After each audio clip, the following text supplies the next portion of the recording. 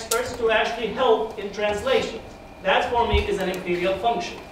They wanted sociologists and anthropologists to try to help in understanding the tribal structure of Afghanistan. That's an imperial question. That's a colonial question. Right? And similarly, the question that is posed to us, and Muslims, every time a microphone is placed in front of you, you're asked about violence.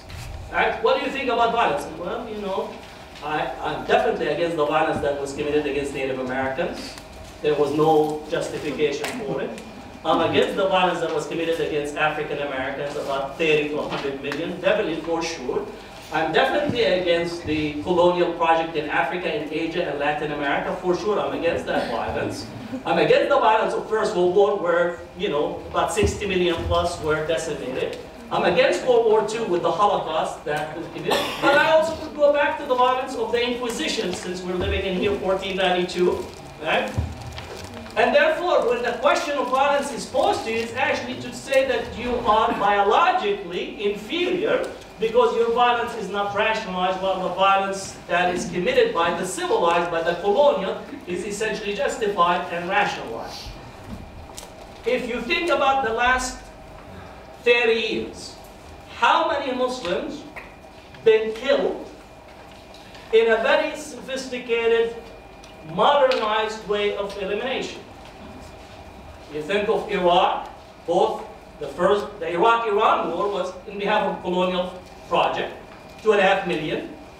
Your first Gulf War, about 500 plus thousands. The sanctions, which when Madeleine Albright was asked whether the price is worth it, there were 650 kids that died as a result of the sanctions before the second Gulf War. Then you have the second Gulf War, or the second invasion of Iraq. Estimate ranges between 1.5 to 1.8 million that died over that period. And then you add Afghanistan and the death and destruction that is there. And then they have the temerity to ask us the question about violence. Okay? The reason they ask that question is because we're subject to colonial methodology and a colonial relationship where essentially violence is a structure of disciplining our bodies in order to accept the normative relationship of inferiority in the structure. So in thinking about Muslim politics, and I think, I don't want to take order, but in thinking about Muslim politics, we have to have a commitment, right? And I say that our commitment has to be to a commitment of liberatory approach and liberatory justice as the focal point. And justice, not just us, but actual justice, because you have a lot of just us. Right? It has to be a justice that is transformative, and it has to be connected to economics. Right? There is no way for us to speak about justice without speaking about economic justice and inequality today. Especially where we have a whole imitative project. Right? And once again, the role of the IMF has to be critiqued. The role of the World Bank has to be critiqued in a very systematic way. These institutions that are what I consider to be the theology of the market. They are as priesthood of the market, are the IMF and the World Bank and these institutions that actually are the theology that push the economic system on almost on a global scale right now. There's no area except it's subject to this. And the question that has to be posed, whom do they represent? Whom do they the IMF and the World Bank represent the largest 30 banks in the world.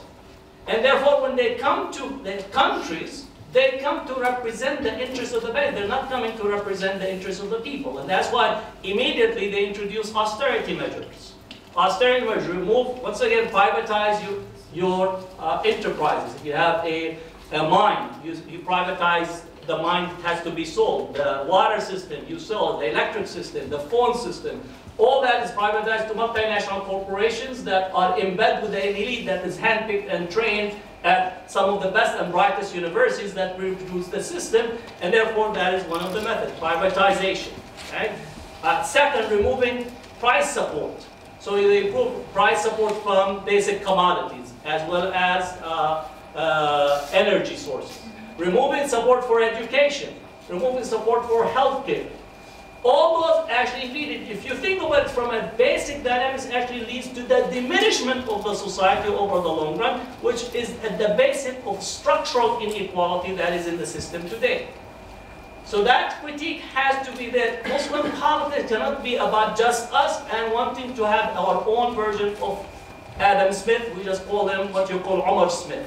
Okay? So I'm very, very critical when it comes to these economic modalities, where it's hila shar'iyya, like what you call sharia legal trickery, where we just become part of the club at Wall Street without thinking about the impact of our footprint on a global level. So that's a very critical aspect of the economic picture that I am constantly engaged with. The third element, and I said that earlier in terms of our conversation about, we have to challenge race. There cannot be any political structure without undoing the structural racism that is there.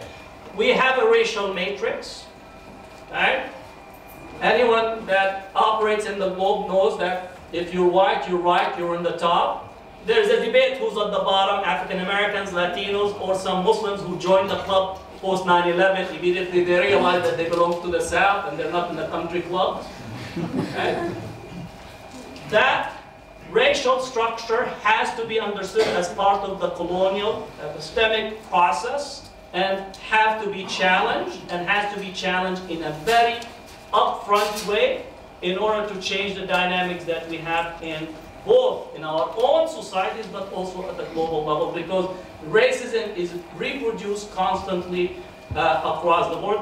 Now, one just note, in the US, many who observe what is taking place in terms of attack on Obama because he's Muslim, right? They say he's a closet Muslim. Many people are discomforted because he's black, but because they know it's not okay to say speech against him because of his blackness, find comfort is using Muslimness as a signpost for his blackness. And that has to be identified and critiqued. And then in Europe, cultural racism that is directed at Muslims is essentially, once again, using Muslim as a signpost for cultural racism, because biological racism has been set aside post the Second World War. So we have to also challenge these notions, because many Muslims who are in Europe tend to be from the darker complexion. Despite the fact they use the Korean Fair and Lovely to bleach their faces, many of us come from the darker part of the world. And as such, we have to challenge that racial structure at part of our Muslim political engagement and part of our anti-colonial or decolonial approach to Muslim politics. It cannot be about replicating the same imitative project in there. The last part that I mentioned about our commitment to equality in our engagement as we formulate new political structures and new political avenues, both in terms of Muslim polities, but also to think of it in relations to Muslims living as minorities, that we have to be committed to a sense of equality.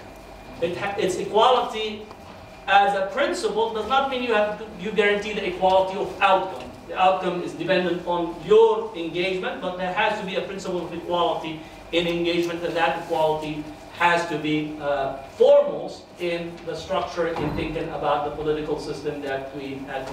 So thank you.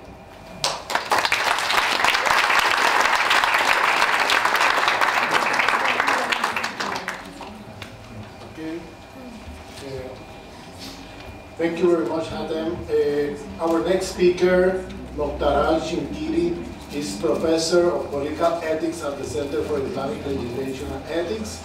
He has published extensively in questions about Islamic social movements, and he has many of his work published in not only books but also articles, as well as his regular contribution of Al Jazeera TV channel. Let's give a warm welcome to Dr. Mokhtar.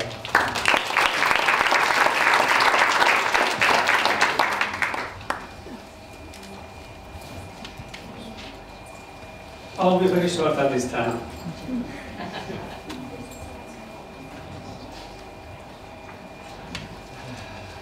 Well, one of my favorite thinkers and writers, like Ben-Nabi, has his famous theory about colonization, colonizability, which is colonization on disposition to be colonized. There are always two different approaches to the issue of colonization or the external effect in general. I learned from Malik Ben-Nabi, and he convinced me that there is need to focus on internal equation more than external impact. From Islamic perspective, from Islamic political, ethical perspective, Quran is teaching us to look inside for all trouble we have. First and foremost, قُلْ هُوَ مِنْ عِنْدِي أَنفُسِكُمْ. It's from you. And when Muslims complain about discrimination, whether it's racial, or religious, or political, I think they need to look into their own society, the Muslim majority societies. It is true that the classical Islamic civilization has an extraordinary combination of races, cultures,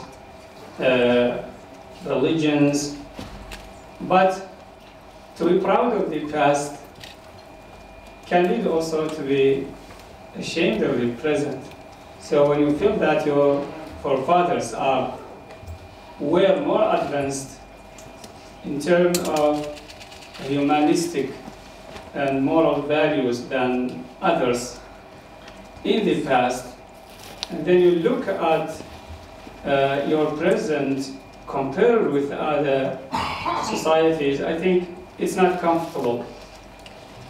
Let me say something about something that Muslims complain about a lot within this de-colonial frame, which is for example, the stereotypes against Muslims. I did some studies about the stereotypes between Arabs, Persians, Kurds, Turks, Berber, and Africans. How the Arabs perceive these nations in their literature, in Arabic poetry, for example. Some of the results are, of course, very good, but some are not. But it's interesting because I feel we need to do a lot of study on this. One of the interesting findings was that in the great dictionary of classical Arabic, Taj al-Arus of Zabidi, if you read the entry on Kurd, the word Kurd, well, he brought some different stories and theories in the Arab culture about the origin of the Kurds. Some of them said the Kurds are originally Arabs, but they moved to the non-Arab land and then they became Ajam, I mean, they became non-Arab. Another theory said, well, no, actually the Kurds are originally Jinni. Yeah, it's in Arabic literature. أصلهم من الجن. And the most funny one is the one he concluded with, that every Kurd has 25% of him is Jinni, 70% is a human. Because their grandmother is Jinni. So they are Jinni just 25%. Actually, one of the American writers has a book called أولاد الجن, Children of Jinn. It's about the Kurds. She based the book on these myths in the Arab literature. Some you find very positive. For example, the way the Arabic literature used to look at the Black African. I found the Jahil, who's one of the great writers of Baghdad in the 3rd century of Hijrah. He has a book, فخر السودان على البيضاء. Is is about the superiority of the black over white. Because white in Jahil terminology means the Arabs and the Turks. And Ibn Jawzi, who is a great scholar, Baghdad also, who lived in the 6th century, has his book, تنوير الغبش بفضائل السودان والحبش. Well, it's not easy to translate into Arabic, but just it's virtue of the Sudanese and the Ethiopians. The title of the book, and he's talking about everything good about black color, starting with black stone, first chapter, black stone, and then coming to Sawad al-Iraq, the green part of Iraq used to be called in Arabic Sawad al-Iraq, the blackness of Iraq, and talking a chapter on Bilal, radiallahu anhu, the companions of Prophet, he was black, etc. So we find this positive also, which is a very important part of our civilization. The way the Arabs look at the Turks was also very positive, starting with the Jahil book, Fadailu, not Fadailu, Manaqib al-Turk, the merits of the Turks, talking about their bravery and their military skills, etc. It was very positive. What I'm trying to say, I'm just trying to shift your attention from this decolonial frame to more internal look at the inter-ethnic, inter-cultural problems inside our societies. Because I did much of my research on the Sunni-Shia relation and the history of the two, their divide, it's very painful today to watch what's going on, like Dr. Had talked about, how the two groups are demonizing and dehumanizing the other.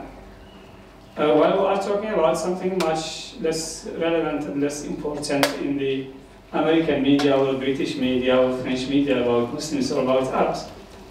We have serious business to work on in our societies regarding these problems. So I think on this issue we need to look inside and we need to adapt more, we need to be more open about multiple identities.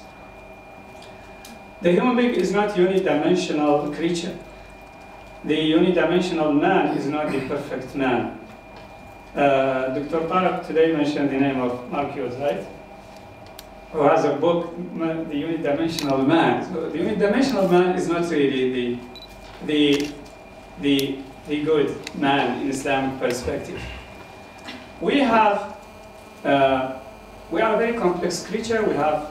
Each one of us has many identities, and we need to look at our different dimensions and deal with every dimension positively.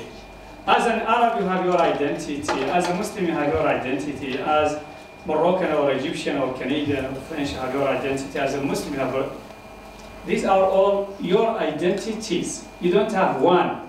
You have many identities. You need to give to every aspect of your existence its right. أعطي كل ذي حق حقه, as the Prophet ﷺ said. Give everyone his right or its right. So this case, this is the first one. The second is in relation to colonization and the West in general. Malik Ben-Nabi, again, in his work about Afro, al-Asiyawiyya, the Afro-Asian idea, he said that, yes, on the short term, we need disconnection with the West. But this disconnection should be just an introduction or a preparation for a new connection. Means colonization is the kind of bad relation that should not be between people or nations. We have to disconnect, but this disconnection also is temporary.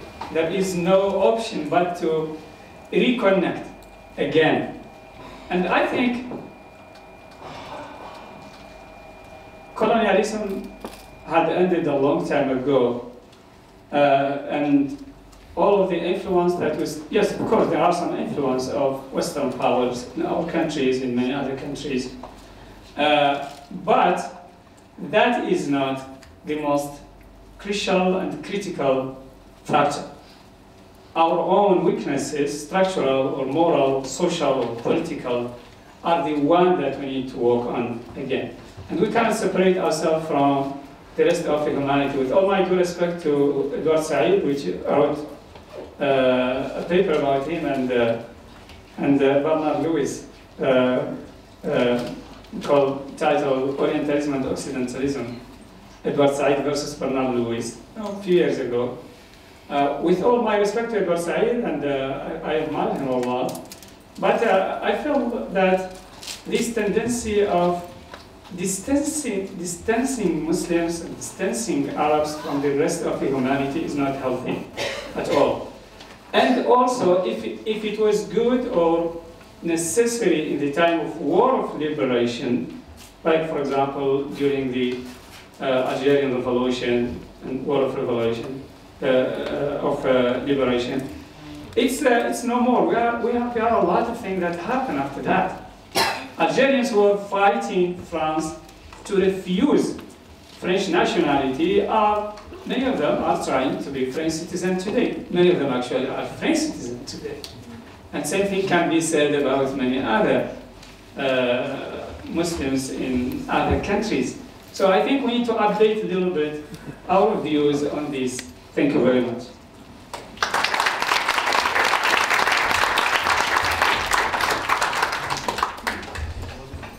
Thank you very much. Our next speaker is a professor at Oxford University, director of the Research Center of Islamic Legislation and Ethics, and one of the most influential minds of our times, Tariq Ramadan. Let's give him.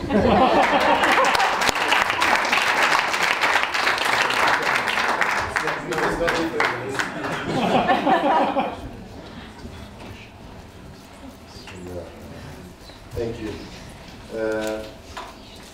In our name, I really want to start by thanking Rahman, because he is very humble in all what he's doing, but I think that he is with a team that has been very instrumental in organizing all this, and he is very instrumental. So I would like all of us to give him a round of applause.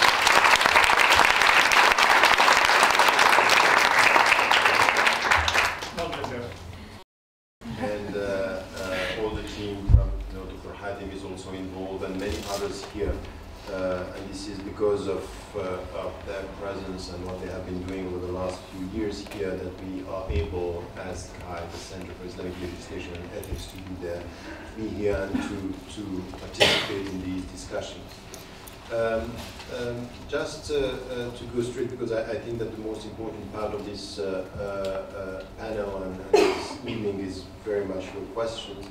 I just want to say a few things about political Islamic ethics and the way we have to deal with de-colonial approach, and also in a way which is a link to what Dr. Shanqiti was saying about being self-critical and coming from within the tradition. Because I think that this is what I call the double alienation, is that when you are alienated because of the colonial relationship, and then you end up integrating and assimilating the way you are, and this is also what Dr. Hadim was saying, is that the way you deal with your own legacy and own tradition. Just to say a few things about a phenomenon that is what was perceived as the renewal. It's just I want to stress on the contemporary things and just think about what happened in fact the end of the 19th century, in something which was a double relationship that we had within the Muslim world, and mainly the Arab and the Turkish world. What was understood at the end of the 19th century as the Nahda movement. And I want to speak about this because this was something which is critical, because it shaped a mindset, which in fact had also consequences on what you were saying about the Second World War, and even the way people were looking at the situation, where the whole, by the way, the movement was not, Nahda is not Islamic. Nahda was very much as an overall movement of stressing and reviving the Arab culture, the Arab language, and the Arab reference, facing something which was a double depossession from the West on the one side and the Turkish culture on the one side. It was very much about something which is reconciling something which is creativity within. Why am I saying this? Because within we also had trends and thinkers that were thinking of this within the Nahda movement by saying we have to come back to the Quran wa Sunnah. This is where we had this whole tradition with Al-Abrani and Muhammad Abdi, which was in fact when we are facing what we are facing now, which is first the collapse, the slow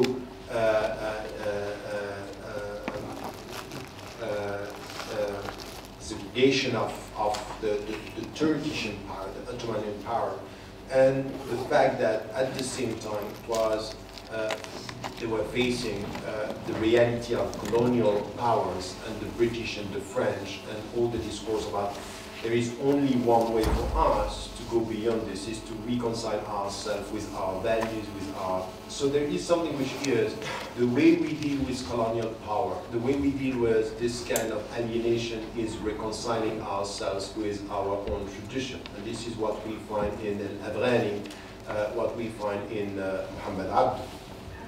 And this mindset, which is how do we resist domination? What are the principles? What are the references on which we have to rely if we want to liberate ourselves from this domination? And we had long discussion, and in fact, between the Nahda was Salafiyya, the way it was used, the way the words was used in the end of the 19th, it's very much about a liberation process from two things, or in fact three things.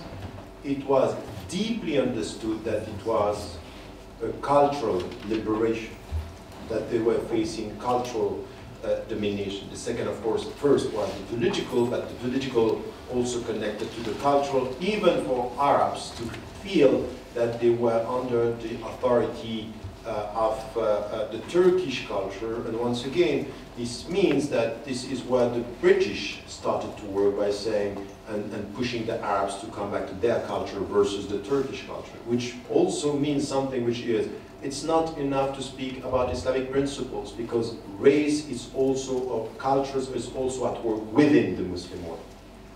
That's very much the case in everything. It's not only about, it's just look at the situation between the Turks, the Arabs, the Iranian, and even the African. This is, and this is why I completely agree with the fact that, yes, there is nothing about, Islam is not advocating racism in any way, but Muslims are racist in many ways. In many ways, and they have to deal with this, because in fact they are also dealing with cultural domination. They are also dealing with, it's not enough to say that, I keep on repeating, the language of the Quran is Arabic, but the culture of Islam is not the Arab culture. It's not one culture, it's just diverse. And this is something that we have to keep on repeating, because to go from language to cultural domination is something that we know. And just before we started, we had one of the participants saying, oh, you know what, there is something which is upsetting me in all this discussion is very much oriented towards Arabs and Arab countries and the Middle East, and what about Indonesia, what about Malaysia, what about, and that's very true, that's very true, that's a very fair point, that we need also to come with something which is, in fact, we have to be very careful not to make it the center, even though Mecca is the center of Islam is not, the Middle East, it's just, it might be, by the way, I said this in the beginning of the 90s, that some of the solutions are going to come from what is perceived as the periphery, as to the way we are dealing with some of the issues.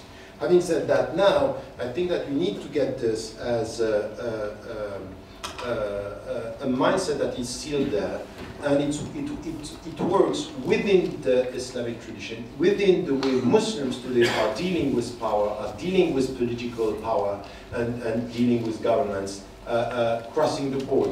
It's true in Muslim majority countries, it's true in Asia, it's true in Africa, as well as sometimes it's true even in the West, in the way we are putting some of the questions, in the way we are dealing with some of the issues, and especially for some people who are migrants. It's quite interesting sometimes when you sit with people, for example, in Eastern Europe. The way they are dealing with, and this is why it's quite interesting that you refer to as the Begovic, because sometimes the way they are dealing with political power, the way they are looking at the political power is not exactly the same as migrants when they come to a country. And it's exactly the same in the United States of America. The African-American Muslims have another way of looking at dynamics within, and especially everything which has to do with social classes, races, and power. They don't, from the very essence, buy what is the American dream. That's not the point. This is an ideological take on the whole discussion. So they are very critical on this, and we need to get this, because the mindset is the way we are dealing. So it's not enough to come and to put this as our Islamic reference are telling us this and that. It's not going to help us if we don't have the background, if we don't have the historical background, the mindset, the psychological factor, the cultural references, as much as the religious reference. It's more complex than only referring to Islam. It's more complex than that. And this is why I was referring to this history. Now, what was the understanding of the Salafiyya at the end of the 19th century, beginning of the 20th century, is very much this, is we need to come back to the Islamic principles, come back to the Quran, come back to the Sunnah in order to face the Western domination. So this was our references versus their domination and their own way of dealing with us. And this is where, quite naturally, we had the beginning of what was political Islam. Islamism was the Islamic answer to the domination and having in mind the nation state as something which was the reference at that time. So it was a natural response to a specific political and economic domination, and this was the case from Africa to Asia. You can go through all the countries and see exactly the same, because Islamism and political Islam is not an Arab phenomenon. It's everywhere. It was what is the answer, and then also something which is which was there. The problem is that what was natural in a specific context, this is why we have to be critical, is that I can understand, and this is why I kept on repeating, and you find this in, I think, 5 or 6 books where I'm dealing with power, authority, and the political structure when I was working on Islam, the West, and the challenges of modernity, by being critical from within the tradition, the Islamic tradition, is what is contextually understandable as a political answer to domination, to foreign powers, to the way should be criticized or at least assessed in a contextual way. But where I think we are missing the point is that it's as if we think that the colonial power are imposing onto us the way they are putting the questions and trying to find the solutions. And I think that this is what Malik bin Nabi was right when he was saying we have been colonized because we were colonizable. This is a very important point, and why, from an Islamic perspective, I would say we were colonizable. It's not because of foreign references. It's in fact from within something which was a weakness in the way we were dealing with the scriptural sources. And this is the way I would put 2 things that are important in our legacy, is this emphasis on the legal structure as the way you deal with power.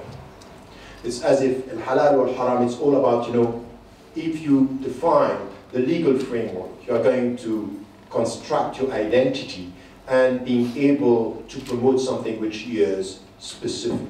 And this is why, from the beginning, to think about the Islamic State mainly as a political structure was in fact a natural way to respond, but a weakness in the way we are dealing with liberation. Because law should be law in the light of a vision of something which is beyond law. Law is not it's a means, it's not the objective. So if you end up in political terms responding to a political domination through a legal reference and a political structure, in fact, you are already within what was imposed on you by the dominant, but in fact not because of the domination of the West, but because of the way you are dealing with your own tradition. I don't know if you understand what I'm trying to say here, but I'm trying to say that weaknesses was there within, in the way we are dealing with the scriptural sources, the way we are dealing with the legal tradition. So a natural answer in historical term, you find that the witnesses were there, and this is why the dominant was able to colonize the way, in fact, by putting the meaning while we are resisting with the means. And the problem that we have is many Muslims today are trying to Islamize the means without questioning the objective. That the weakness is already there. You know, if you Islamize the means, and this is deep, what I'm trying to say is deep because it means that you need to go through an intellectual liberation as not the way you are responding, but the way you are questioning yourself, as to the way you are dealing with your own references.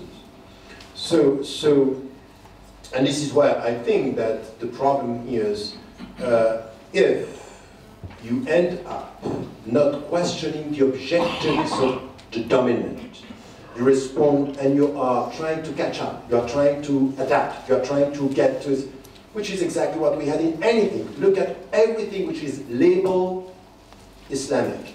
Islamic economy, Islamic art, Islamic. It's as if we want the same goals with other means. But it's coming from us, it's coming from the legal tradition, it's coming from the structural answer to something which is deeper than that. So we have to liberate ourselves as to question the goals, the objectives, which is coming from, we have a legal tradition saying, even with the legal tradition, we need to come with this, with the school of the objectives. But in philosophical terms, so this is why I think that it's very important to understand that in the legal tradition, the people who came with questioning the goals were coming with a philosophy of law. And a philosophy is law. There is no philosophy if you don't question the ends. So my point is to question the ends and the goals of the dominant, not only the means and the structure of power, and to try to compete. Because if you try to compete on means, you lose before even starting to compete. So that's the point. Coming to the liberation process that, and this is why I completely agree with the word that you were using, in the subtitle of Radical Reform, I put it clearly, Islamic ethics and liberation. And liberation means through coming back to ethics, to meaning and objectives, liberating the Muslim mind, the Muslim intellect, the Muslim understanding, and coming to question the goals as something which is the starting point. And how we can do this and how we have to deal with this in political terms, I would say is where I'm putting it in a very simple way. While after 30 years working at the grassroots level with Muslim communities in the West, but also in Muslim majority countries, because I made it clear from the very beginning that I wanted to go crossing the board. So I went everywhere from South Latin American countries, African countries, Asian countries, everywhere to try to understand what was happening in the Middle East. And what is, in fact, something which is essential for me is the starting point of a liberation process is to get to this understanding of the message of Islam in itself as a liberation process. And that's deep once again. I'm sorry, you can talk about, you know, trends and Salafi and all this. I'm sorry, all this are about the means to read the scriptural sources, but not always about the very essence, what Islam is all about. And I want to deal with politics by questioning, are we here to liberate people, to talk about true freedom, to talk about liberating societies and to change this world for the better. Repeating this by saying, I'm not here to protect myself from the bad. I'm here to engage in the world to change the world for the better. So in fact, the very understanding is to liberate. Why? Because we end up dealing with the legal tradition in a way which is by essence an adaptation to the dominant and repeating. So if you come with the legal, you are going to duplicate. So the problem that I have with many Islamists today is essential in the way they look at the world, is we want to show that we have the skills to govern and to do the job. But to do what exactly? At the end, is just to be acknowledged as people who have the capacity to govern, and then also to deal with the economic order. This is why, by no surprise, there is no surprise for me that the great majority of the Islamists today end up being capitalists in the way they are dealing with the global economy. The great majority of Islamists today are ready to deal with it in order to be acknowledged as a political power to deal with the neoliberal system. So much so that people with whom I feel so close in anything which has to do with being ready to interpret the text and to be open to ijtihad, they can tell you, you know what, at the end, the Islamic system is the neoliberal system with regulations. رأسمالية مقيدة. That's okay. This is not the way I understood that. This is not the way I'm dealing with facing the West. And this kind of regulation for me is problematic because at the end, yes, Islamize the means, forget the goals. So here is the first thing which with me it's important is the starting point in political terms about this. And this is where I would put ethics. If you come to the ethical, I mean by ethical is the meaning of the legal, the meaning of the structure and the goals and the purposes. Is questioning sources, goals, and rules. It's questioning everything. But this is why I think that the ethical side is by definition revolutionary and by definition a liberating process. And this is why the Muslims should stop being obsessed with structure and rules, because at the end, they are so obsessed with the rules that they think that faithfulness to Islam is to be faithful to rules, even sometimes without ethics and meaning. The way we deal with people, the way there are things and the way we are implementing rules in Islamic terms that are Islamic as to the letter, not Islamic at all as to the ethical side of it, in many ways, in many ways. So this is where it's from within problematic, and when we deal with the West, very problematic, because we don't have an alternative. We are just structurally Islamic and forgetting the meaning of things and forgetting the goal. And this is, once again, comes to some of the questions that we were talking about this within our summer school, but this is where we need to have in political terms, for even talking about a Sharia or implementing Sharia with the rules and all this, to come with a deep questioning about the way in political terms we speak about freedom.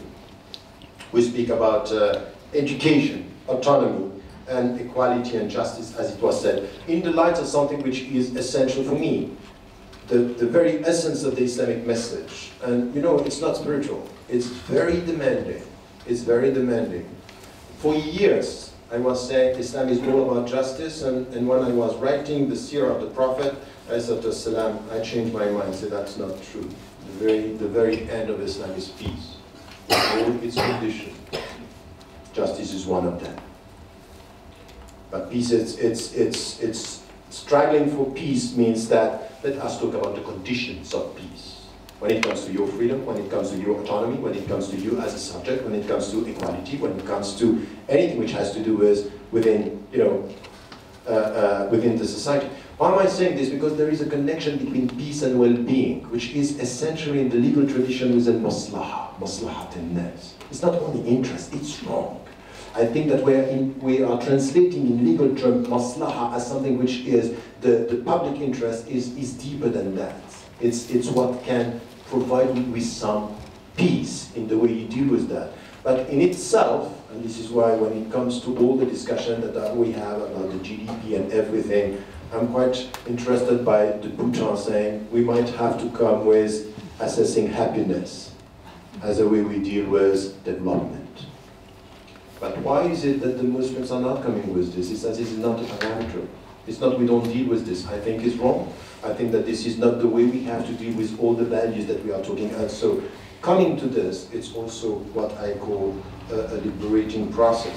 And for me, the distortion was that at the beginning even of the liberation process, at the beginning of the 20th century, many of the thinkers of political Islam were very close to what was understood in Latin America as liberation theology. This was lost afterward. Which means what? Was it lost because it was not, or was it lost because the focus was on something else, which is competing with the West, and the liberation was factually based on reading of the poor, or is it the essence of it? And I think that, for me, referring to Islam in politics, it by definition is a liberation theology. By definition. I would say that this is where we have to come, and now we have to ask ourselves, is liberation from what? From, well, as it was said, rethinking the ethical values in the light of the political or government, for example, and what should be the way we have to deal with power. The second is about economics, as it was said, but it's also about something which is implicitly everywhere in what Dr. Hatim is saying, and that what we were dealing with Ben Ali, for example, is the cultural domination. This culture is essential here. And it's not by accident. You know, when we were talking before the others came for the public event, when we were talking about usul al-fiqh and things like this, that you have something which is referring to urf and referring to the cultural side of the equation as referring to the culture when you think about the legal. Now we know that it's much more powerful than this, that with the means that we have, the way we deal with culture, with mindset, with psychology and collective psychology can distort everything in the liberation process. So you can have very nice principles, but very deep the way you put your question, the way you deal with this, is completely based on a starting point of being alienated in the way you put the question. In the way you are reading the scriptural sources, in the way you are reading the Quran to respond to the West. That's the point. This is where we are in this discussion. So liberation theology is also based not only on reading the scriptural sources through the eyes of the poor, but the cultural liberation and the ethical liberation I was talking about. Why I'm saying this? Because, I'm sorry, in Muslim majority countries we are facing exactly the same thing. You know, I have been in the West, I was born in the West, dealing with, and I have a problem which is, we are not going to have our rights in the West if in fact there is something which is not changed in the whole perception of the narrative. So this is why I completely agree with German Jackson when he's saying in the States, if you don't start talking about our presence here in the whiteness, blackness, history of this country, you're not going, it's not a question of a social status only or a citizenship, it's about the narrative. So you say this, and we are saying this everywhere in France. Populists are creating a narrative where Muslims are outside the narrative, by definition, and we have this new category which is foreign citizens. You are within, but outside. Now, I was in Malaysia. This was 3 years ago. I can tell you something. The way the Muslims are creating the Malaysian narrative, putting people, Chinese and people that are not Malay outside, it's exactly the same. Exactly the same. So it's not because you refer to Islam. It's in fact using Islam to create a narrative and to put people outside. So if you want to be a liberating force, you have also to be critical. When culture is used, it's coming from a discussion about can you say Allah? Can you say Allah to speak about God? And then at the end, this is something which is specific to us. And then you go deeper and deeper in the discussion, so that this narrative is something which is in fact, deeply alienating, deeply based on a cultural domination in Malaysia as to the narrative. So I think that all this has to come to us, because we are not going just to be able to deal with it if we rely on legal reference and structural power. Last point that I wanted to make on this, which is also part of all our discussion. The way I see it today in the political field, I'm becoming quite cynical. And even in all my discussion about democracy in the West, I tend to think that's all fine. I am supportive of democratic principles, in principle. But I'm now, you know, when the people are coming to me and say, you know what, we have to distinguish between political power and religious power, I say, that's fine. Tell me what is your take on political power and economic power. Because to substitute, you know, religion with a new kind of non-democratic reference and not to talk about this, we are just used, or we tend to think that we are free where we are not. So the democratic systems, in political system, in the economic order is not as democratic as it appears to be, and this we all experience this. But it's as if we are, in fact, fragmenting the discourse by saying, oh, speak about democracy, don't speak about economy, while we know with the last crisis how much we paid for the banks, how much we paid for the global economy, and this was coming from citizens, it was coming from people who had no choice in the way it was, and this you call it democracy? And too big to fail. This was not said about citizens, it was made about institutions that are imposing onto the state. And Muslims on this, in everything which was coming from the Islamic contribution was not there. So the conclusion here is, Dr. Hadim was saying about, you know, to start with Bismillah and to end with Alhamdulillah, in between you have, you know, Adam Smith. I think that this is exactly what is happening, and it's happening everywhere in Muslim majority countries as well as in the West. That in fact we are trying to. It's this attitude is not only it's revealing two things: a specific understanding of Islam and a specific mindset as to the way we deal with others. It's two things: understanding Islam and the way we deal with others, and the way we deal with. And then, in the globalized world, I think that from an Islamic perspective, when it comes to ethics and liberation, I would say that there are also three things that we need to highlight. And once again, it's not only about the legal reference or the Islamic reference, it's not only about the way we read this, but we have to reconcile politics with, and this is also what I keep on repeating, even to Muslims who are falling into the trap of religious Islamizing everything in the way they deal with the surrounding society. We need to come with the deep discussion which was on social classes. I'm sorry, might be a discussion about, but I think it's there. And everywhere I go, in Muslim majority countries as well as in the West, you can't just avoid dealing with this, that you have classes and class differences and understanding, and this is there. That's the reality of it, that the people, social classes are operating within the way we are dealing with our references. And it's as if we are buying something which is a very powerful means coming from the West, which is culturalizing our relationship and not and avoiding dealing with social classes and socioeconomic references. Look at the way everything was described even in the Middle East.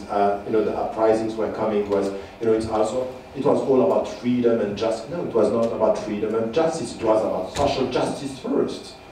It was about social justice, and this is all the values were coming out of resisting oppression, social oppression, and then the cultural and religious references were there. As it was said, races and racism is essential, and I think that the Muslims should face this as it is, and not only on their own. I would say also gender, but put in the way gender issues, it's critical. I think that there is a lack of deep discussion on this. and it was taken as something, as a joke or something which was not understood when I was talking about gender, and this is why we decided it was a field that we have to study in our center. Because it's not nothing to say that in Muslim majority countries or in Muslim communities or Muslims around the world, when it comes to gender and when it comes to the future of the societies, we need not only to deal with women as we are pushed by the West, or you have a problem with women. We have a problem with women, but we have a problem with men. It's deep, it's not just the man saying this, is the crisis within with womanhood and manhood. It's huge, it's huge. And this comes also to the way we are reading the scriptural sources, with many trends now that are conflicting, as even the way we think about the family. That's not nothing, it's something which is deep. So to keep on thinking that the only problem that we have is about the status of women, I think it's true that we have this problem, but I'm not going to put it that way. I'm not going just to tackle this as if, you know, we have to respond, as to justify or to protect. Because you know what is going to happen? The only answer coming from Muslims is a legal answer. It's coming from, this is halal, this is haram, this is permissible, this is not. We are not touching the deep discussion here. And the last point is, as it was said, all these could be done and should be done in an inclusive way. And this is why I think that we have to go beyond just Muslims talking to Muslims. And the way I understand وَجَعَلْنَاكُمْ شُعُوبًا وَقَبَائِلَ لِتَعَارَفُوا, which is tribes and nations in order to know each other, is this two-way process that you are challenged by the people when you talk about the goals and the purposes and the ends, and not only about the means and the legal structure. And where we are together, when we are able, for example, just to acknowledge the fact, you know what? There are some people who are not Muslims, who are closer to the Islamic principles than Muslims. You have some Muslims who are so far from the Islamic principles that you ask yourself what you are sharing. That's the starting point of where we have to start. But when we belong to principles, we need sometimes to stand up with principles against our own brothers and sisters in Islam, with people who are our brothers and sisters in humanity, as long as we are protecting, supporting, and claiming that principles are our references and objectives are our part of our vision. Thank you.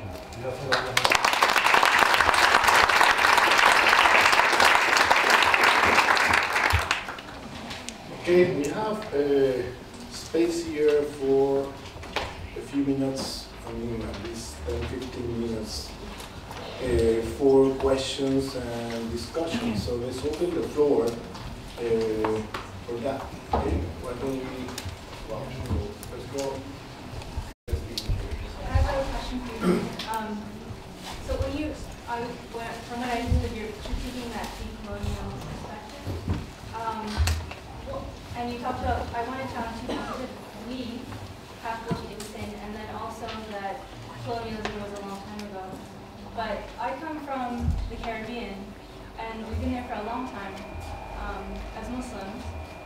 So are we the we that has to look into the internal critique? Because in Trinidad and Barbados, where my family is based, it still has a colonial legacy, a very strong colonial legacy, and society is stratified based on the colonial hierarchy. So the white descendants of the white colonists are still in control of the economy and still the wealthiest of the society. So if we did an internal critique, does that include the entire Caribbean island of Trinidad, or does that include the Muslims up there? And do you include in the we when you're talking about it, do these Muslims who live in these diaspora communities, and how can we not talk about De-Colonial in that environment? That's what I asked.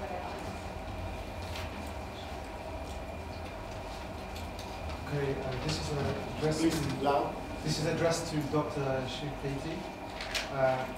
Thank you for engaging with Malik bin Nabi, the idea of colonizability.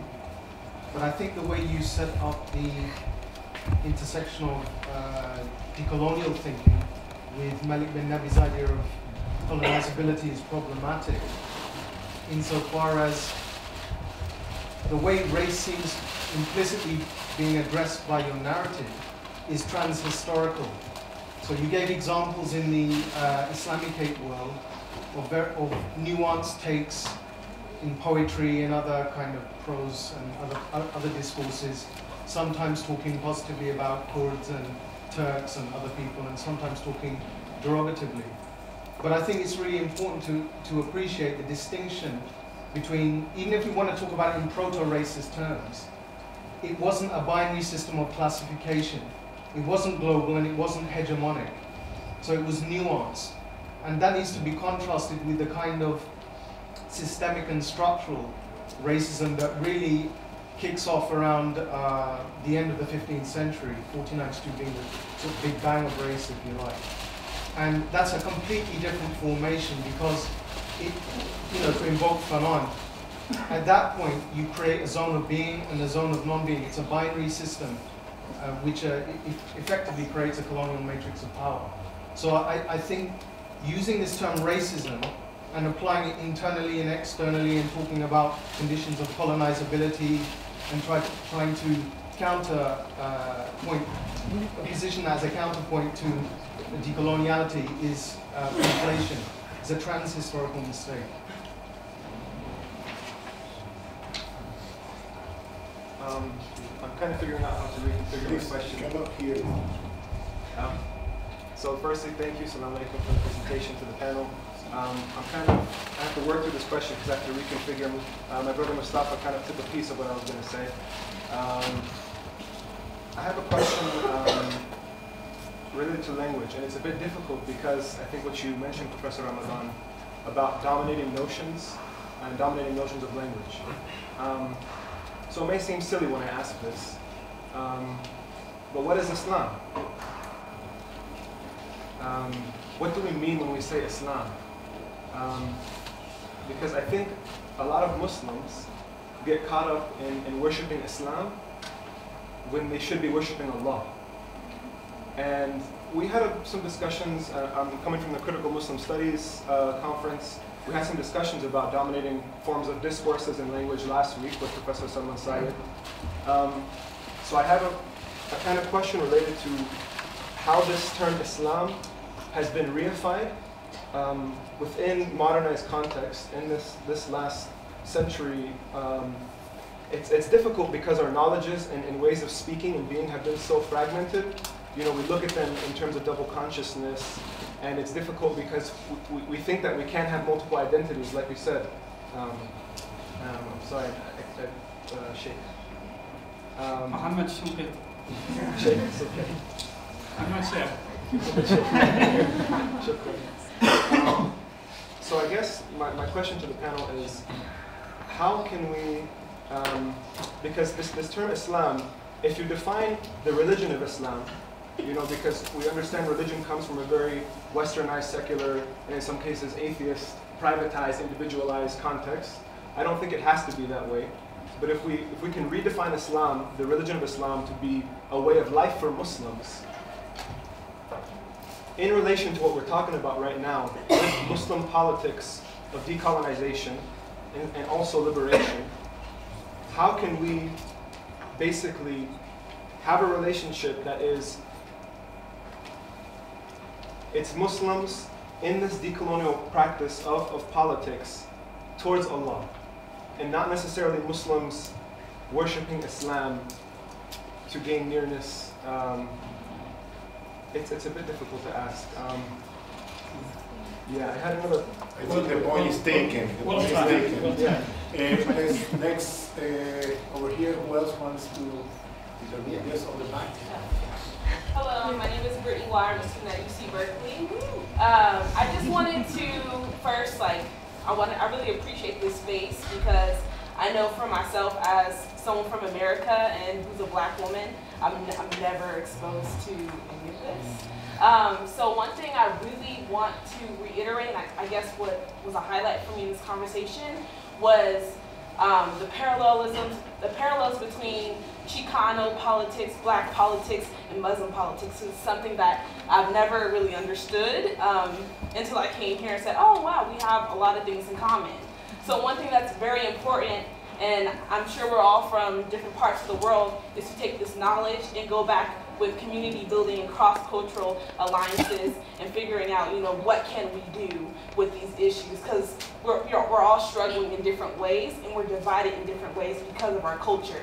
So I don't know, I thought it was really important just to remind ourselves about our common struggles and to really, you know, go out your comfort zone and to interact with other people that aren't in that safe space. So yeah. Thank you.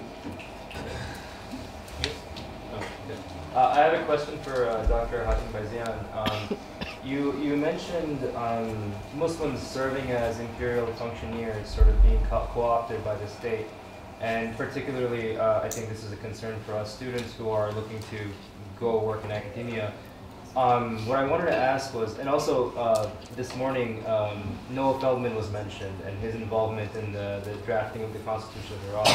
And I think he was also asked about this, sort of his ethical stance on this. And I don't remember exactly what his answer was, but he seemed to justify it, sort of making a case that if he hadn't done it, millions of Muslims would have been worse off. Noah Feldman. Noah Feldman, yeah.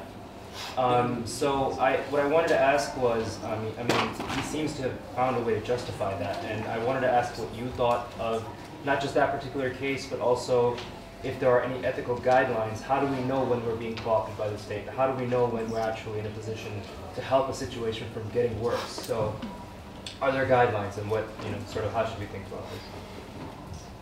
Someone else over here?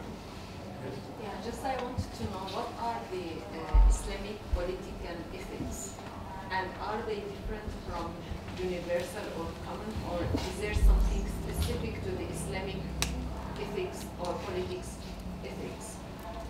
And like we find nowadays, most of the time, politics uses religion, and most of the time the political leaders, they in order to legitimize what they are doing, they want the religious leaders to speak in their favors using the texts, the sacred texts, and many of them they do.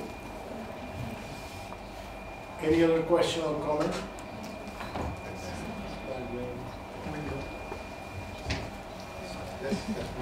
Well, my question is for Professor Ramazan. It seems like there is a common consensus that right now, like in Muslim majority countries, there is a lack of consciousness about like economic losses, social justice, economic justice.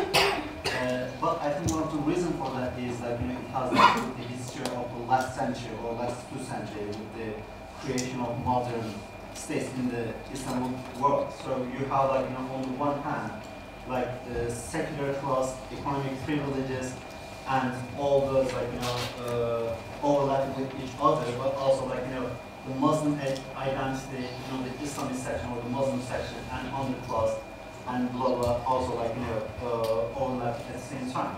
And one of the only way I think that created that condition for the Muslim section to because their cultural classes and economic classes are overlapping, giving less attention to their economic, to the social justice or the economic justice, because they perceive their primary identity, the Muslim identity, are being stressed, and one of the only way, and if they are willing to compromise with their Muslim identity and to adopt a more secular,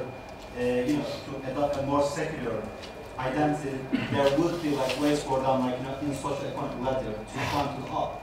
And I think that one of the only way, one of the only way in order to create consciousness within the Muslim section is through parties that are sympathetic to the Muslim demands coming to power, and after a while Muslim by itself feeling well right now there is a differentiation, a class differentiation within the Muslim identity and within the Muslim camp or the Islamic camp or whatever camp you call. And it seems like in Egypt the Muslim Brotherhood was suppressed. In other countries it seems like it's unlikely the political Islamist movement coming to power anytime soon.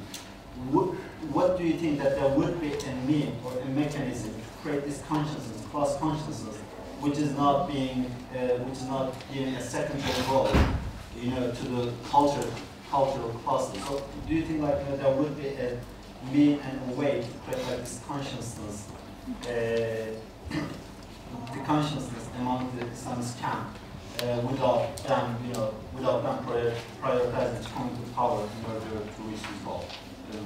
Without what? What was is there? No, what was the last sentence? Without like, reaching the rule. Like, because right now the only focus is like, we'll come to power and have a socio-economic mobilization. And right now, and that creates like, one of the conditions for the Islamist camp not to focus on social and economic justice. I'd just like to ask about the ijtihad concepts and tools in relation to the literary criticism techniques. And for example, we find in the ijtihad concepts, for example, we find fiqh al-ijtihad, shumuliyya, maqasid, and I don't know to what extent they are simulated or close to the literary criticism techniques. Like, for example, if we compare shumuliyya with structuralism, if we compare, for example, fiqh al-maqasid with pragmatism, so we find some kind of simulation or closeness to this.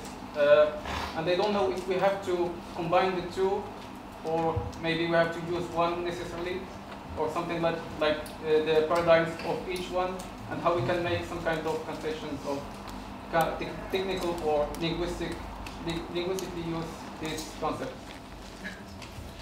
Okay, I think we have, from the plate.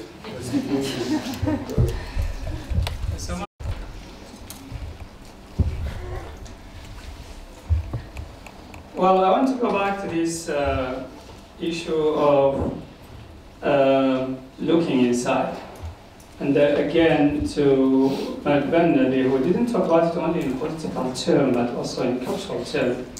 In his book, the problem des idées dans le monde musulman, he talked about les idées mortes et les idées mortelles, the dead ideas and the deadly ideas. So when you have dead ideas, it's very easy for deadly ideas to invade you.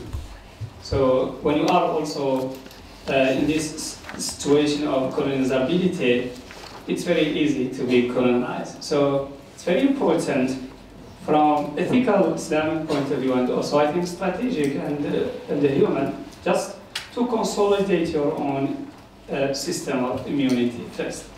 And that's what we need today. And that's why I think all of what we study in this discourse analysis, stereotypes, narrative, counter-narrative, all of this literature and terminology that what we are using today, I think it's better for Muslims to use it inside, to use it to analyze their own biases against each other, their own racial problems against each other. Not only that, the Arabs looking negatively to the Kurd, that the example, I say just example, but it's actually everywhere. When I study Persian literature, I found something terrible the way traditionally the Persian look at the Arabs and the Turks. Even in the Persian literature written in Arabic, those poets and writers of the Abbasid time who are Persian but writing in Arabic, all of their poetry is attacks on the Arabs, stereotypes, racism, etc. فعودوا إلى أرضكم بالحجاز لأكل الضباب ورعي الغنم. And say, go back to your land in Hijaz, in Mecca and Medina, for eating lizards and milking goats. This is, by the way, has nothing to do with religious sectarianism that we have today. This is much deeper and much deeper than the Sunni Shia issue. It is the racial, ethnic problem that started from the beginning of Islam. We find it in the poetry of Firdawsi. Those who study Persian literature of Firdawsi, his Shahnameh is 60,000 verses of poetry. It's an amazing poem, but it's full of racist attack on both Turks and Arabs. Even today, this is not about the past, and this is an answer to my friend who talked about transhistorical. It's not about only the past. One of the American writers, Joya Ben Saad, she has a very interesting book, The Image of the Arabs in the modern Persian literature. And it was translated into Arabic, published in Damascus, Surat al-Arab, Fil Adab al-Farisi al-Hadith. Almost nothing changed in the days of Firdausi. Firdausi died the year 500, means the end of 11th century. And he was not Shia, he was Sunni. So we have this problem inside. We need to deal with these kind of problems before dealing with something else. Using Islam, Dr. Tariq talked about using Islam to push people outside, and I think that's a very serious issue also. And especially with people who share with you the same country, for example, same destiny, the same history. Bias against Christians in Islamic jurisprudence, there are a lot.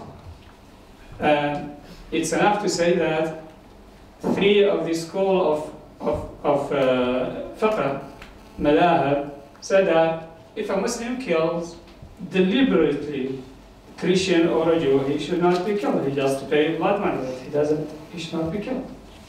That's the opinion of Maliki, Hanbali, and Shafi'i. So the majority of traditional Muslim scholars. And something happened very, very interesting in 2009 in Yemen. There was a Jewish man whose son was killed by a Muslim in Yemen deliberately, and he was convicted of deliberately murdering this boy. But the court decided, well, because he's not Muslim, so he just paid the blood money, the Muslim pay blood money. The old Jewish Yemen man said, oh, he said in Arabic, هذه ليست شريعة محمد. So this is not the Sharia of Prophet Muhammad. So it is, there are a lot of things that are still going on today, including the position, for example, how non-Muslim citizens are eligible for election as president, for example, or other position. Most of the constitution in the Arab countries today are still against that, which has no basis in Quran or Sunnah, by the way, and I wrote a very long paper on this. At least in my opinion, has no basis in Quran or Sunnah. It was maslahah or interest of the community when you have an empire, social contract based on common faith or common ethnicity of the past, but that's not the modern state. Modern state is based on geography, it's not based on common faith. So there are a lot of things inside that we need to look at. How can we ignore the colonial frame, as the sister is asking? Of course, I'm talking here in general terms about the Ummah. Muslims are all around the world. The Muslim community has its particular problem, background, history, challenges. I'm talking in general, but of course that doesn't apply, of course, necessarily on every place.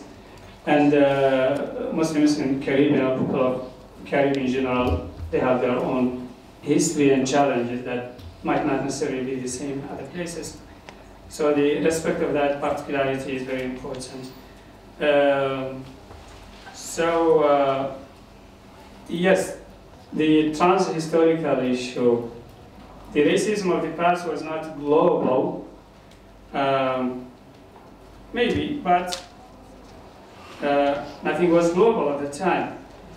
But it is globalized today, and that's why we need to not ignore it in our societies. At the end, I want to say common faith is not enough. I remember one of the books about World War II, talking about German and French soldiers. They were fighting each other. They stopped fighting in the Christmas night, and they were throwing gifts to each other, in these trenches, and singing Christmas songs. And of course, after a few hours, they start also fighting. Means they know they have common faith, but common faith was not enough to prevent this bloody war between them. Actually, this is not new. This happened between even the first generation of Muslims. I wrote a book about this, the early wars between the companions of Prophet, peace be upon him, خلافات سياسية بين الصحابة, political discourse among the Prophet's companions.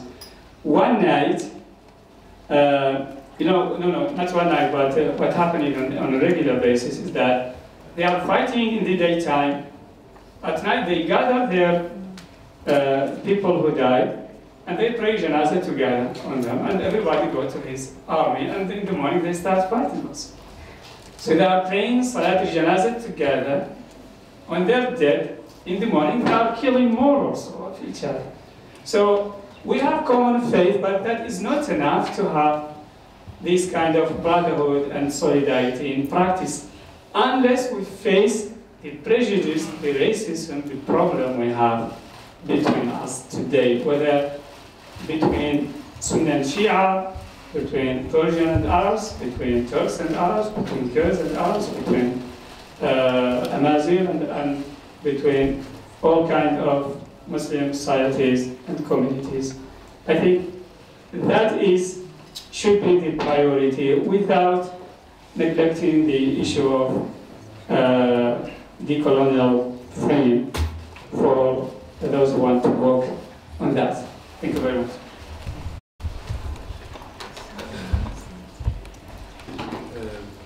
I think I have two questions, or at least one that you were asking what is Islam at the end of the day.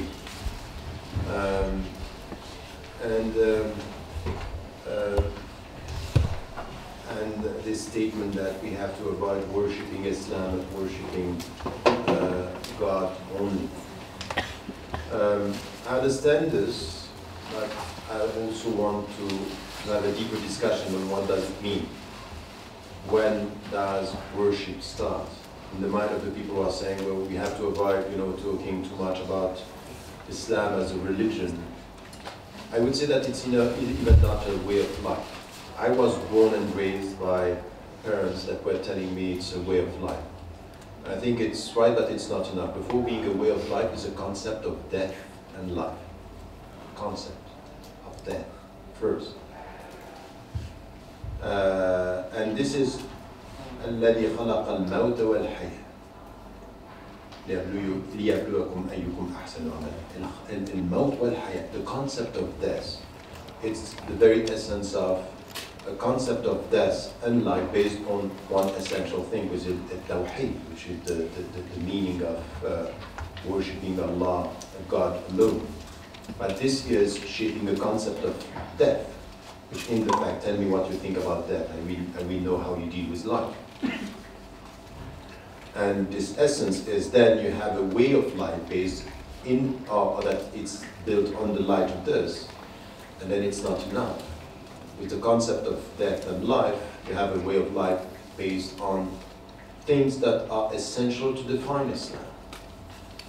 So this is why we might disagree on the consensus, but there is a consensus on the essential pillars of Aqidah. Might disagree on the way we are translating this, but this is once again essential. And we have to, so if coming to this means that we are worshipping, because I know some of the critical new trends that we have say, oh, we don't have to, let us talk about there is only one God and that's it. That's not enough. Islam is not only about this. It's about a set of principles that is helping us. This is why I'm saying, and responding to sociologists, there is no many Islams. There is one Islam, many interpretations, but one Islam. And it's based on things that are clear cut. And not because only it's a discussion that we have among scholars. If there is a text that was sent, the text is saying something. And this is what the discussion with all these linguistic approaches about all the text is saying, and have a very long discussion with Surush on that by saying, I'm sorry, in muhkamat, meaning kitab, meaning some of the verses are clear cut, and if God sent this to our mind, He knew that this is where we are going to agree. Because the text is clear. So I would say on and even our the way the 5 pillars, and the one pillar that is the Shahada to enter in Islam, and then the pillars that we have to pray, and that prayer is one of the pillars. So now we can start playing with this, saying that you can't be worshipping, religion and not. No, these are the foundations, and this is where I would understand the very essence of, what is the building. Buniya al-Islamu ala khamsin. Buniya al-Islam. It means a lot. And the Tawheed is the air that you are breathing within. But Buniya al-Islam ala khamsin, these are the pillars. So I would say that this is something that any discourse that is going to destroy this is destroying Islam from the foundation. This is my take on this. And this is where I'm ready to talk about everything, but if the meaning of La ilaha illallah is touching this, I'm going to resist anything which is touching this, because I would say this is, in the name of critical thinking, destroying the very essence of faith. And you know what? I would say that even this is where, the scholars, they were, from the very beginning, they were very, very deep on this.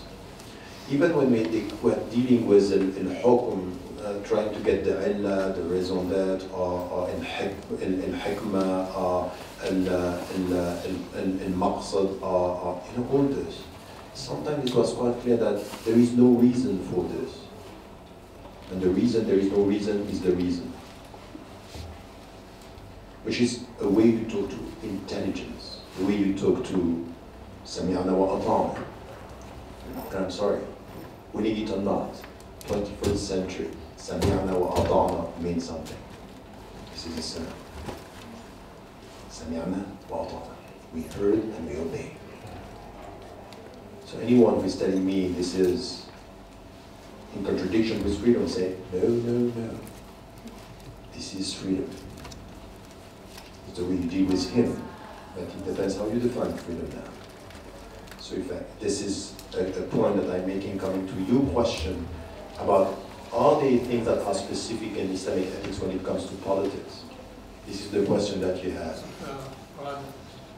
She's not with us. Are you with us? Following? I know it's... but it's a very important question, because I think in the field of politics, we'll see that some of the principles are shared principles. But now I would say, and this is why I want you to get me right. When I was right, when I was right, it took me a long time writing radical reform. In fact, all over it took me 10 years from where I was to where I ended. And I was thinking about rethinking the whole construction of the objectives of Islam, or al-maqasid. Some of the people who read the book didn't read it in the way it was put, because this is the essence is there. Not talking about the 5 main principles, the Daruriyat that we have in the Shatibi and others, but this is where, in fact, by constructing the objectives, you can see that, for example, why I'm putting freedom as something which is essential. And even something that has to do with the way you deal with the subject. Yes, there are specific things. Is that you don't speak the same way when you're talking about development and happiness and peace for the subject and freedom. It's all connected from a spiritual perspective. So when you deal with politics, I'm very happy to see now at the periphery people questioning the way we assess development for a society. Even sustainable development is problematic. So I would say that from an Islamic perspective, having this spiritual dimension in mind, and by the way, this is where, for example, one who was among the few people who get that is someone who was very deep with the Western philosophies, Muhammad Iqbal. Was very deep in that. Very deep. He got that, and I think he understood that. And I think that when it comes to our way of not competing only with values and trying to come on a superficial way of sharing values, this is where our contribution is. Why am I saying this? Because if we go deep in our understanding, for example, of freedom, of autonomy, not intellectual, but autonomy as spiritual autonomy, if we come deep to this, you will see that this is what I think we should. Let me just finish my... I want to follow up. When you say spiritual and autonomy, how you translate it into Arabic? Just, I want to follow you. Just, I want to. No, for me, it's one word. If you understand Rabbaniya, it's spiritual autonomy. Rabbaniya. Kunu Rabbani. Yeah. That's it. Yeah. I know this. Yes, yes, but Rabbani is exactly about this. It's the way I would understand spiritual autonomy. It's not only a Rohaniya or Rohani. Yeah, this is what I want to mention. No, it's not. It's deeper than that. It's just the way you are connected to. But what I wanted to say is that if we go deep in this, and this is why I want also, you know, your confidence with your own sources. Is that if you go deep in this, you will touch something which is essential in al-fitra. So this is why you are touching the added values to reconcile the people with this. It's not that the periphery is that the center. So I'm not going to try to find shared values at the periphery. I want to remind people at the center. So this is the way I would talk about al-maqasid. And the impression coming from Ibn Taymiyyah about the fact that the maqasid that are coming from the Maliki was outward maqasid and not inward maqasid is very true. I would say that this is where we have to add something in the way we deal also with politics. It's why? Because politics is about government. It's governance. And governance is even about your mind. It's even about you. It's even about your autonomy. And I would say that we have to add something. And what was put on this discussion by Islamists at the beginning of the 20th century is that the famine that we have in the West, this is what I read in things that was, you know, coming from the very old Islamist tradition, is the spiritual side is not there, that something is missing. That's fine, but this is an answer to the dominant. It's not something which is coming out and we are constructing the whole project on that. So, you know, it's not a question of responding. It's a question of revealing, of getting, of revealing. Very much so. Revealing is just to remove the veil. To dig down. Yes, yes, and to come to this. So this is it, and I think it's enough. So, thank you. Hatem? I think the Amir is going to maybe take a major issue with Muhammad's and so on the issue of Why don't you make it minor? Why don't you make it minor? Well, you know, I'll talk about it. I think we have to come into an acceptance that we're still in a colonial period. And thinking of the removal of military force from certain areas does not bring to an end of the colonial project. The thing about that, 1994, Nelson Mandela is elected in South Africa. That brings to an end direct settler colonialism in Africa. That's just about 10 years ago, 15 years ago, 20 years ago that we had direct colonialism is brought to an end.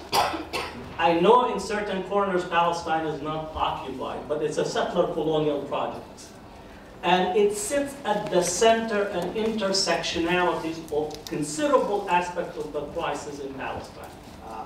We can't speak about Egypt today with the Sisi's coup, the support that Israel extends to him, his relationship to the Israeli intelligence, the lobbying of AIPAC in Washington, D.C. to prevent the U.S. government from critiquing the coup. That all cannot be discussed without thinking of the colonial present. Right? Now, when we think of the Muslim world in general, we have to separate between prejudice, stereotypical differences between minority and majority, and structural racism. That is a profound and completely different. Structural racism and racism in relation to Western conceptualization of racism has a deep theological base into it. You cannot read the biblical text without recognizing there is a theological racism in there. The curse of Ham is right there. Subservience of the other races to the white race is there.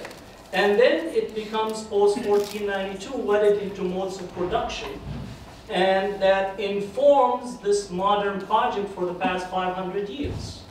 So the colonial project is still unfolding for the mere reason that what we value is whiteness. Really, if you think about it, whiteness is value. Just look at the advertisement, media production, culture. We all watch movies.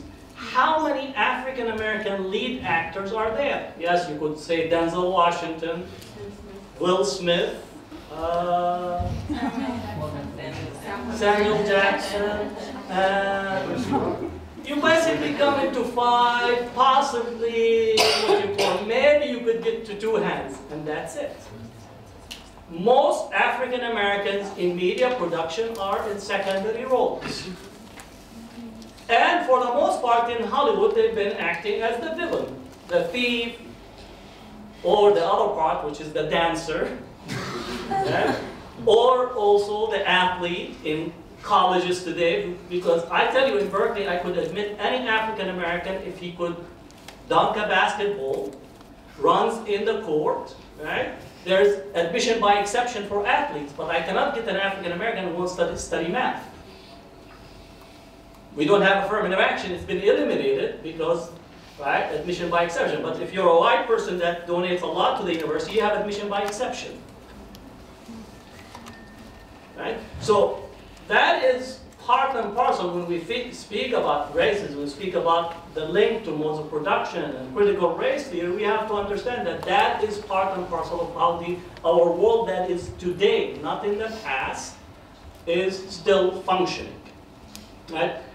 Now, one of the major elements of the modern discourses of media, it made racism and race universal by means of media production. And that's why you find somebody, let's say Chinese, having negative relationship and feeling toward an African American, even though they have not come in contact with them, and as soon as they land, they already have that fear relationship toward that person because race has made it into a universal commodity, and through it the resource allocation is based on. That has to be fundamentally taken, and not to mix it with the prejudice of Persians against Arabs. You think about the Persians, they don't like Arabs, Arabs don't like Persians, I don't like my neighbors, right? Right? Those are prejudices that are completely different than race and racism emerging out of it because it's vested in power. Right? And that's where is the crux of the issue in dealing with De-Colonial project is how to make the rearrangement of power that does not determine the outcome before you actually are born. I don't know if you know in the US and other parts, even in parts of Africa and Latin America, we could determine the trajectory of your life by means of where you live in the zip code. The largest number of prison population, right? 1.8 million in America. We are the #1 country in actually prison population. And the prison population is basically black and brown. And in other countries as well, you think about the rate of death and the rate of destruction. It's all vested in race and the colonial project. Now let me extract myself and point to something maybe structural in here. You can have a commitment to a reform without having to problematize the victim. Right? Meaning that Muslims should not be seen that because they were weak and their ability to be colonized, therefore is their problem or their fault, their weaknesses. Yes, they're weak, but they were subject to a larger project than themselves in the same way that other communities. So we can't go and say, well, the Africans that were taken slaves, they were susceptible to slavery. Yes. That is not the issue. The issue is that they were subject to a cluster of forces that were focused at that particular time with the concentration of resources, with the emergence of a particular type of technology, the reshaping of trade that made the project successful despite all of the existing antidotes that might have prevented. And in certain parts where the Muslims were present, actually they delayed the colonial project. We don't have to negate or say that the past was negative in order for us to assert our positive reform methodology. It could be that the past was positive, but it was unable to withstand the forces that were allied against it. And I think part of the problem is, as a way to assert our methodology, of reform, we say that the past was wrong. Or certain periodization. And I say no, the past was complex. There was a change of trade routes around, the 13th century, 14th century, 15th century. All of a sudden, there's a collapse of the trade. There's an emergence of a whole new wealth from the New World that impacted the gold and silver. The taxation structure completely was disrupted. The Portuguese were taking port cities in parts of the Asian trade routes in India, in what's present-day Bangladesh, Malaysia. That disrupted the existing trade routes between the Chinese, the Indians, the Muslims, and that had consequences on what emerged. And I think we need to be very clear, very accurate in how we deal with coloniality, and the de-colonial project. But more importantly is our knowledge production has become all and completely colonial. And until we begin to deal with this, basically we have not begun to unfold or change or alter the colonial project on ourselves.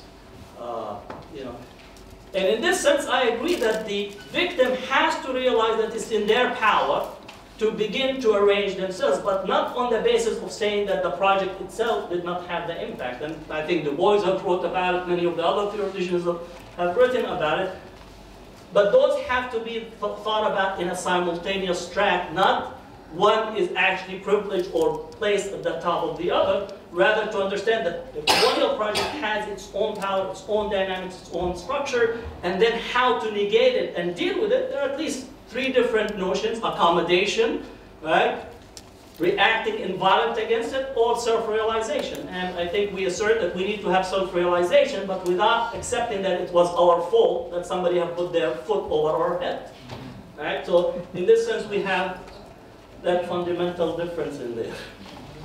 If I may react quite quickly on that, because I think... I have one sentence. Can I react? Put the microphone. With the microphone, then I'm going to answer the second question about You allow me to react or to overreact? Well, I'm calling on you on the fiqh al-akbar, so we still love you. Thank you so much. Well, the issue is about proportion.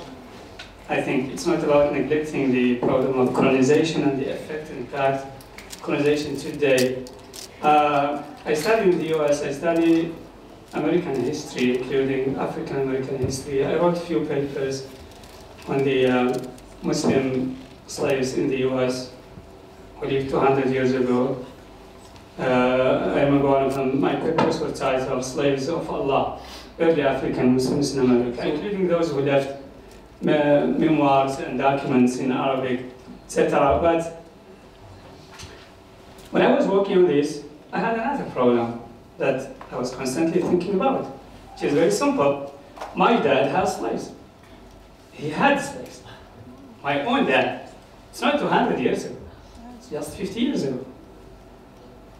Slavery was abolished in my country in 1981, 33 years ago. So, should I continue working, doing academic work on African slaves in the US 200 years ago, or do I need to give more attention to what's going on in my own country? I think. Let me respond. This is just a simple example. Because Sylviana, you've addressed this is in her book. But another issue. No, because this is a red herring that you brought using the specific of Mauritania. No, West Africa. Not just Mauritania. No, but West Africa. Let me ask you a second question. No, I'm going to answer you that first question that you answered. Sylviana, you've dealt with this question in terms of thinking of the different type of slavery that existed in West Africa, and not to use it as the norm to compare in such a way to almost put it on par with the... There is no good slavery. I'm not saying it's good, but it's different.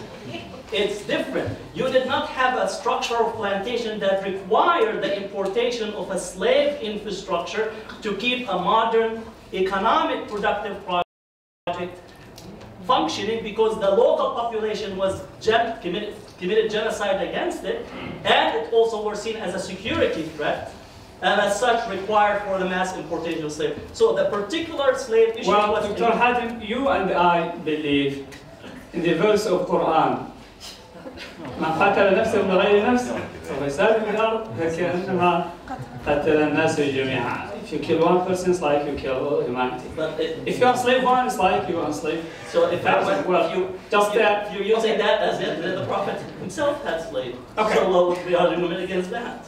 But what can we cure problems that are still with us today? Well, I'm asserting it's a. Okay. I say it's a slave. My second question. Okay. Let's say that African American have minor role in American Hollywood movies, and that is racist. But Arab and Persian are killing each other daily, every day. Dozens of Syrians are killed because of the Iran intervention in Syria. Dozens of Iraqis are killed today because of this problem between Sunni and Shia and Arab Persian. So again, it's an issue of proportion. It's not a priority. Thanks. It's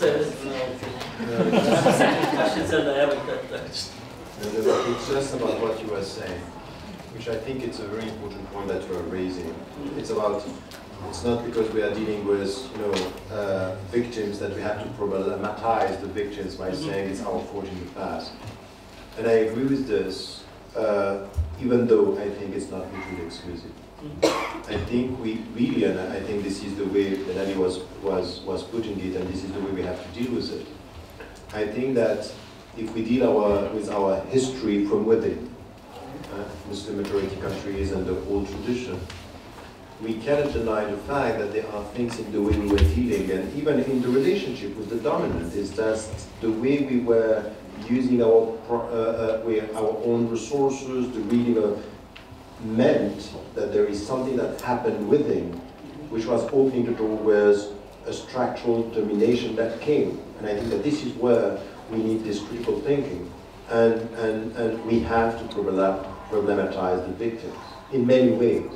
Is the way you are positioning yourself, the way you look at the dominant, and the way you are looking at yourself. So it's once again, this is something that we have to do. It doesn't mean that we are saying it's our fault, but we are saying it's not only the structure of domination that is taking over because of its own dynamic, but there is something in us that also has to be critical. And I think that the liberation process starts with this understanding. So I would say that I understand what you were saying, but in Islamic terms, within the Islamic tradition, I really think that we need to get to this understanding of what went wrong and in which way this lack of confidence, this distorted understanding of our scriptural sources and our legacy worked from within, once again, to be able to have a balanced approach when it comes to the structural, what you were saying, by the way, I agree, but the structural domination process, the structure is not enough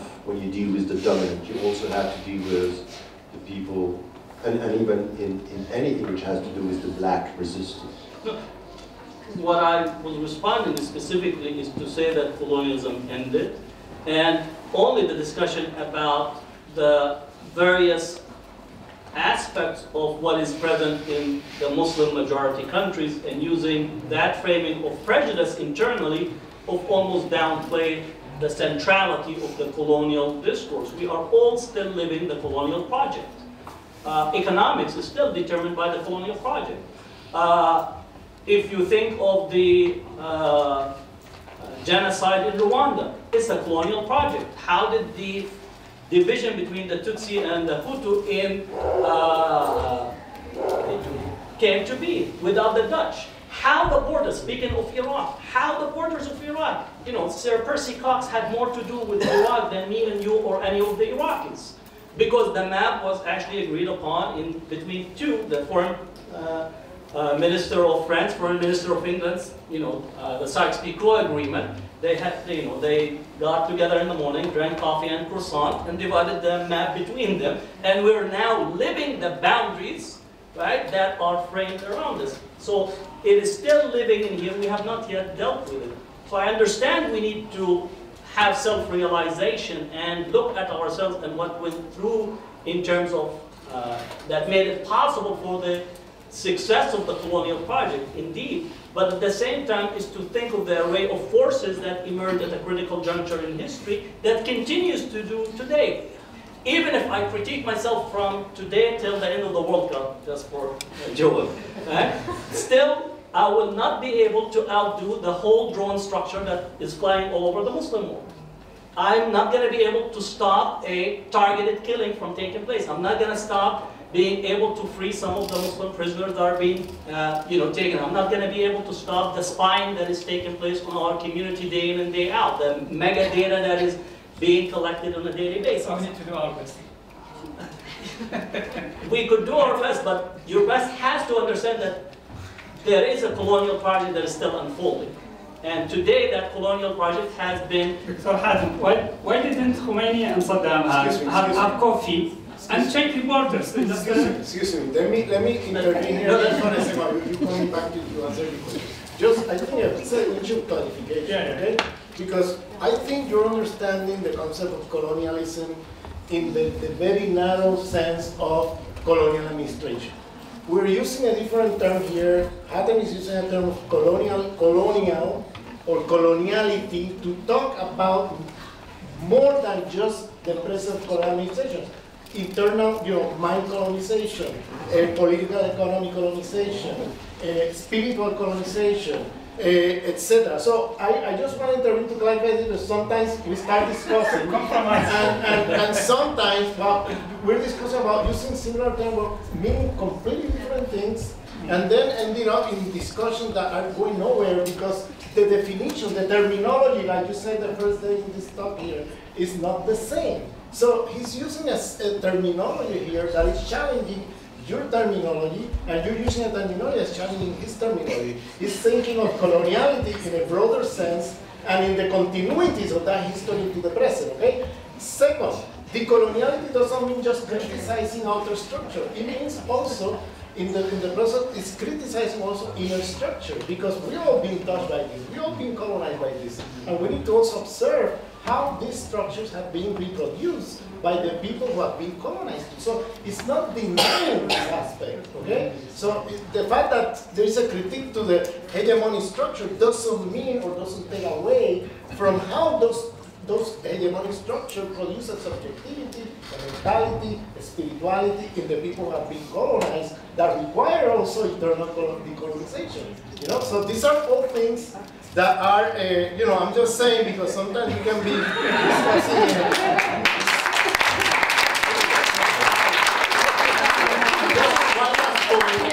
There is another here misunderstanding the concept of racism. Because racism is understood by you in the sense of a prejudice, and from that point of view, you're right. You could find racism since Adam and Eve.